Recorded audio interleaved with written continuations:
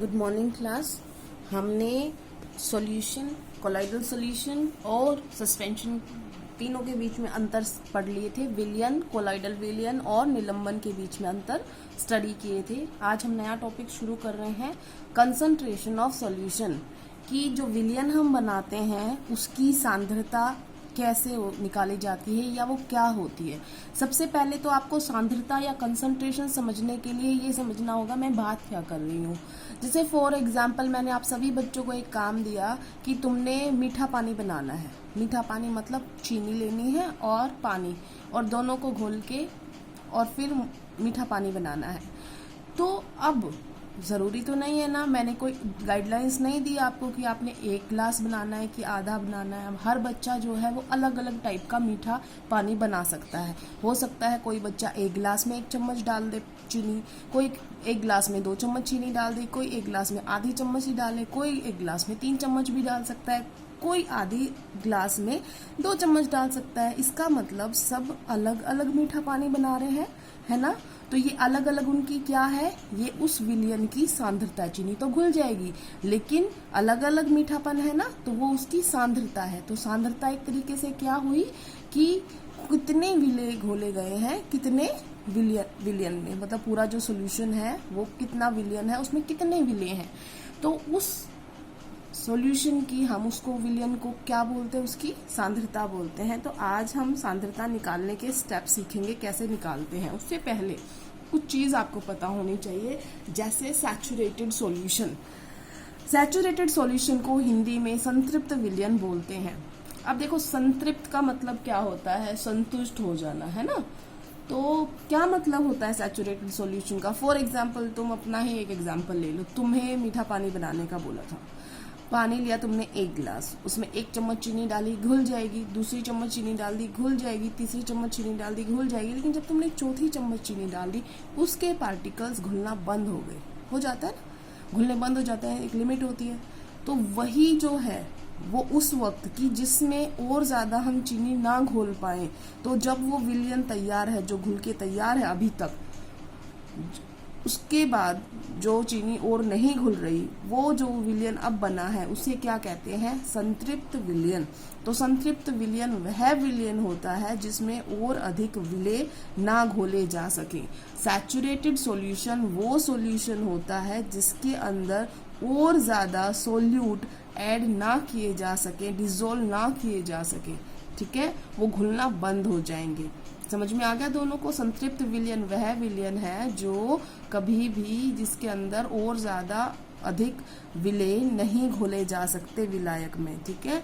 Saturated solution is that solution in which no more solute is added in solution, ठीक है ना, और ज्यादा डिसोल्व नहीं हो सकते, ऐड नहीं कर सकते हम। तो ये सैचुरेटेड सॉल्यूशन बन गया। अब ध्यान करो, तुम्हारी चीनी जो थी वो बच गई है, अब नहीं घुल रही है। लेकिन अगर आप उस पानी को गर्म कर दो, वो विलयन को गर्म कर दो, क्या अब चीनी घुल जाएगी? घुल जाएगी। आप 1 चम्मच और डाल सकते हो, वो भी घुल जाएगी। इसका मतलब क्या हो रहा है कि एक तापमान पर सोल्यूबिलिटी जो होती है, घुलनशीलता जो होती है किसी भी पदार्थ की, वो अलग होती है। घुलनशीलता का मतलब क्या है कि कितना अमाउंट ऑफ सोल्यूट ऐड किया गया था, कितने विलयन में, कितने टेम्परेचर पे, क्योंकि तापमान बदलने से आपका जो घुलना है वो और ज्यादा बढ़ गया है। इसका मतलब हर तापमान पे उसकी कुछ घुलनशीलता होगी कि इतना ही घोला जा सकता है। मान लो हमने मान लिया कि 1 ml में आपने 2 ग्राम चीनी घोल दी, मान लो, और उसके बाद नहीं घुल रही, तो वो 2 ग्राम पर ml वो उसकी क्या हो गई, सोल्यूबिलिटी हो गई, ठीक है ना, घुलनशीलता हो गई। अब जब तुम तापमान बढ़ा रहे हो, तापमान बढ़ाने से वो चीनी घुलनी शुरू हो गई। तो इसका मतलब तुम्हारा मान लो तापमान इधर का टेम्परेचर था 25 डिग्री सेल्सियस, अब तुमने उसे गैस पे रख दिया, बन गया 50 डिग्री सेल्सियस। तो 50 डिग्री सेल्सियस पे अब उसकी घुलनशीलता ज्यादातर बढ़ती है। तो तापमान बढ़ने से, टेम्परेचर बढ़ने से सोल्यूबिलिटी, घुलनशीलता बढ़ जाती है, ठीक है। तो जितना जितना हम उसमें टेम्परेचर बढ़ाते जाएंगे, घुलनशीलता उतनी ही बढ़ती जाएगी। जब तक उसमें घुलते रहेंगे वो असंतृप्त विलयन है, अनसैचुरेटेड सॉल्यूशन है। लेकिन जब उसमें घुलना बंद हो जाएगा और ज्यादा विलय नहीं घुलेंगे तो वो बन जाएगा सैचुरेटेड सॉल्यूशन, ठीक है ना। नॉर्मल हम जब उसको घोलते हैं और वो घुलना बंद हो जाता है तो सैचुरेटेड, और घुलता जाता है बंद नहीं होता है तो इस वक्त वो अनसैचुरेटेड सॉल्यूशन है, असंतृप्त। इसका मतलब उसमें और ऐड किया जा सकता है, लेकिन सैचुरेटेड सॉल्यूशन में संतृप्त विलयन में और अधिक विलय हम नहीं ऐड कर सकते। अब बात करते हैं हम कि सांद्रता क्या होती है। तो अभी बता रहे थे हम, किसी ने कम चीनी डाली है, किसी ने ज्यादा चीनी डाली है। तो सांद्रता का मतलब क्या है, कितने नंबर ऑफ पार्टिकल्स हैं विलय के विलयन के अंदर। आप इस सांद्रता को अपनी परसेंटेज मान लीजिए, आपको फिर याद आ जाएगा। वैसे तो सांद्रता निकालने के, कंसंट्रेशन निकालने के बहुत सारे मेथड्स हैं, लेकिन आपके सिलेबस में सिर्फ 3 मेथड्स हैं और ये सिर्फ आपकी परसेंटेज से मैच कर रहे हैं। जैसे फॉर एग्जाम्पल, आपको इंग्लिश में मार्क्स आए 80%। 80% का मतलब आप क्या समझते हो कि आपके 80 मार्क्स आए कितने में से, 100 में से। इसी तरीके से एक होता है इसके अंदर कंसंट्रेशन मेथड M/M। तो M क्या है बेटा, मास। मास मतलब द्रव्यमान। किसका द्रव्यमान, भाई कितने घोले गए, क्या थे घोले गए, विलय, सॉल्यूट।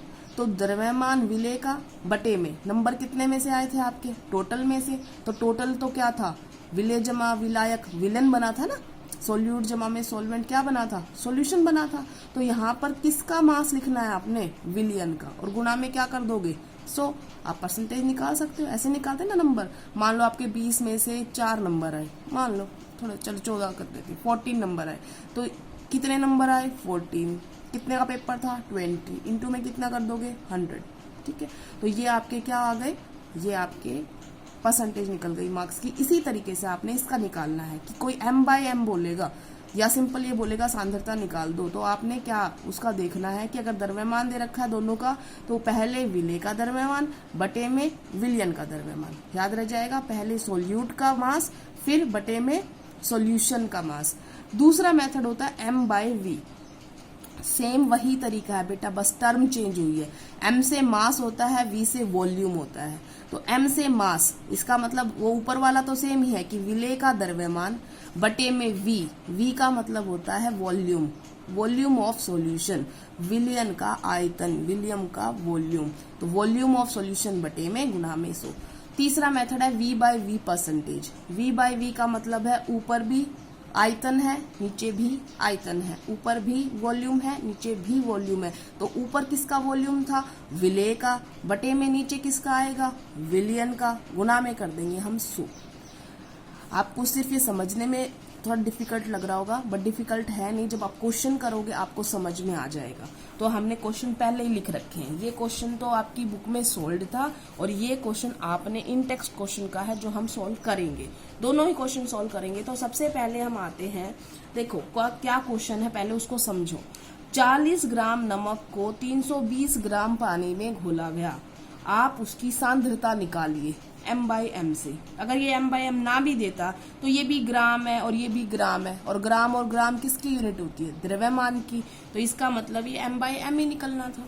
तो हम क्वेश्चन स्टार्ट करते हैं। सबसे पहले आपने क्वेश्चन में लिखना होता है, क्योंकि यहाँ पे क्या दिया हुआ है पहले उसको लिखो। नमक घोला गया है, तो नमक घोला गया, नमक क्या है, विलय। तो यहाँ पर विलय का द्रव्यमान,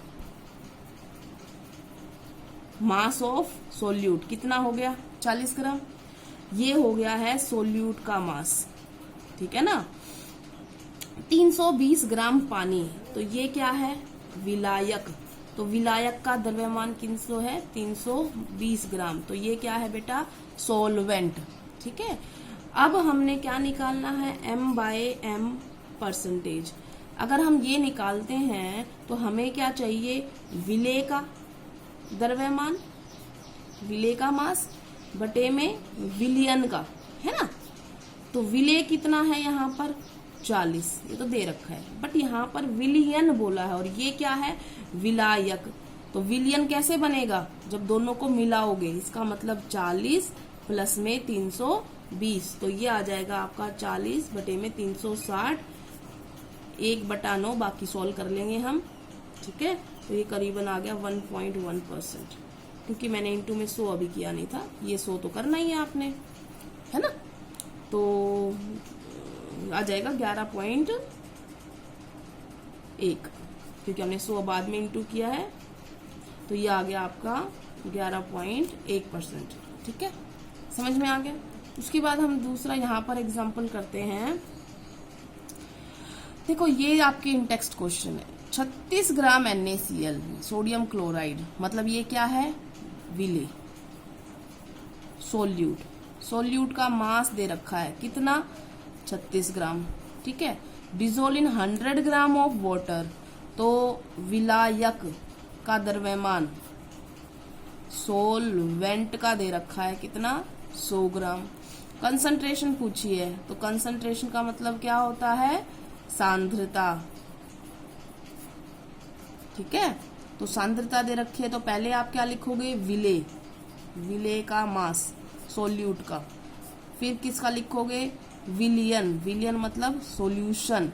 तो देखो विले कितना है यहाँ पर 36, विलियन तो दे ही नहीं रखा, तो हम दोनों को मिला देते हैं, विले जमा विलायक, तो ये आ गया आपका 36 बटा में 136। फिर से हम 100 लगाना भूल गए, ये हम 100 लगा देते हैं, ठीक है। आप इसको सोल्व कर सकते हैं आराम से।